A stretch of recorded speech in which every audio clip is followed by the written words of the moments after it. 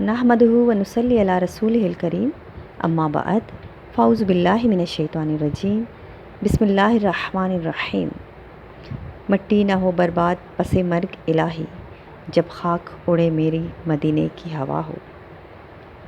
पिछली वीडियो में आपने मुलाहिज़ा फरमाया उन कुतुब के नाम जिनमें गुस्ताखाना इबारात मौजूद हैं। तक़वियतुल ईमान, बराहीनुल कातिया, हिफ्ज़ुल ईमान, औज़ाहुल बराहीन, तहज़ीरुन नास, सिरात मुस्तकीम, पर्दा और उनके मुसन्निफ़ीन के नाम भी आपको बताए गए। इन किताबों के मुसन्निफ़ वहाबी, देवबंदी और इनके पैरोकार ख़ुद को अहले सुन्नत और हनफ़ी बताते हैं, लेकिन इनकी किताबों में जो अक़ायद बयान किए गए हैं, अगर वो गुस्ताखाना अक़ायद 1200 हिजरी तक के सुन्नियों हनफियों के अक़ायद से मिलते जुलते नज़र आते हैं तो फिर वहाबी देवबंदी ही सुन्नी हनफी हैं, और इसी तरह बकिया आज के तमाम मुसलमान सुन्नी हनफी कहलाने का हक़ नहीं रखते। और अगर वहाबिया देवबंदिया के गुस्ताखाना अक़ायद 1200 हिजरी तक के सुन्नियों हनफियों से मिलते जुलते नज़र नहीं आए, बल्कि 1200 साला सुन्नी हनफी बाअदब और उनके मुकाबला पर वहाबिया देवबंदिया बेअदब गुस्ताख नज़र आएँ, फिर गुस्ताख रसूल वहाबिया देवबंदिया को सुन्नी हनफी समझना ऐसा ही है जैसे शराब की बोतल पर या शरबत या सिरका का लेबल लगा हो और उसे देखकर शरबत या सिरका कहना।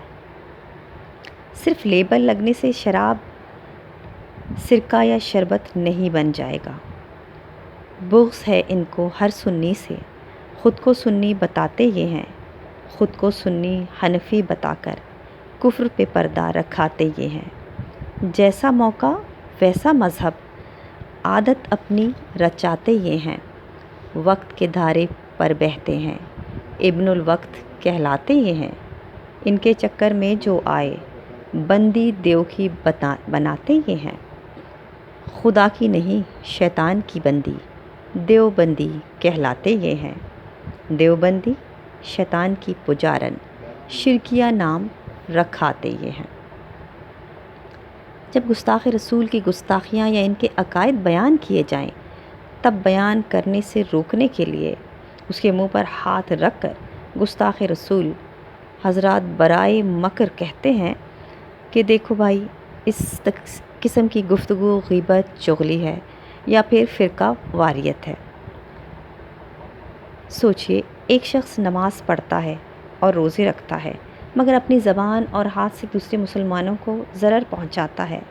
इसकी एज़ार रसानी को लोगों के सामने बयान करना ग़ीबत नहीं, क्योंकि उसका मकसद ये है कि लोग उसकी हरकत से वाकिफ़ हो जाएं और उससे बचते रहें, क्योंकि ऐसा ना हो कि इस नमाज और रोज़े से लोग धोखा खा जाएं और मुसीबत में मुब्तला हो जाएं।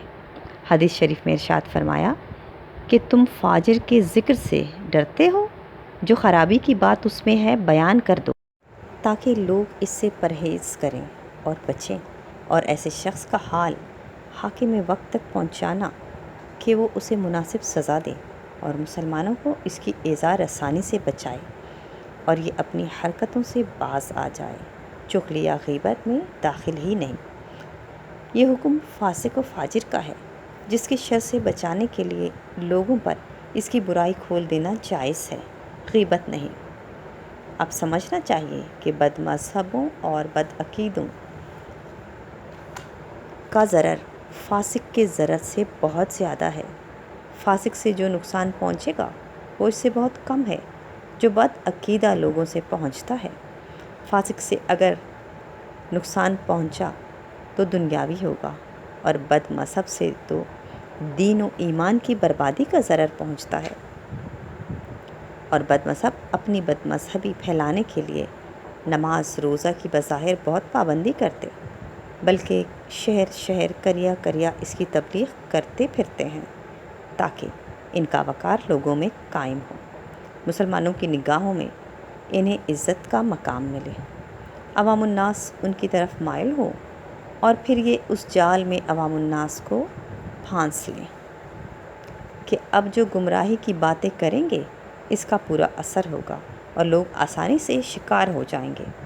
اور لطف یہ ہے کہ نماز روزہ کی تبلیغ اعلانیہ کرتے ہیں اور عقیدہ کی تبلیغ اندرون خانہ، تاکہ عوام الناس میں ان کا بھرم قائم رہے۔ ساتھ میں اپنے اوروں کا بھی بیڑا غرق کراتے یہ ہیں، ڈر بھی دیکھے تو ڈر جائے، ایسی صورت پاتے یہ ہیں۔ اپنا خیال رکھیے گا، اپنے کمنٹ سے آگاہ کرتے رہیے گا۔ ملتے ہیں اگلی قسط میں۔ اللہ حافظ۔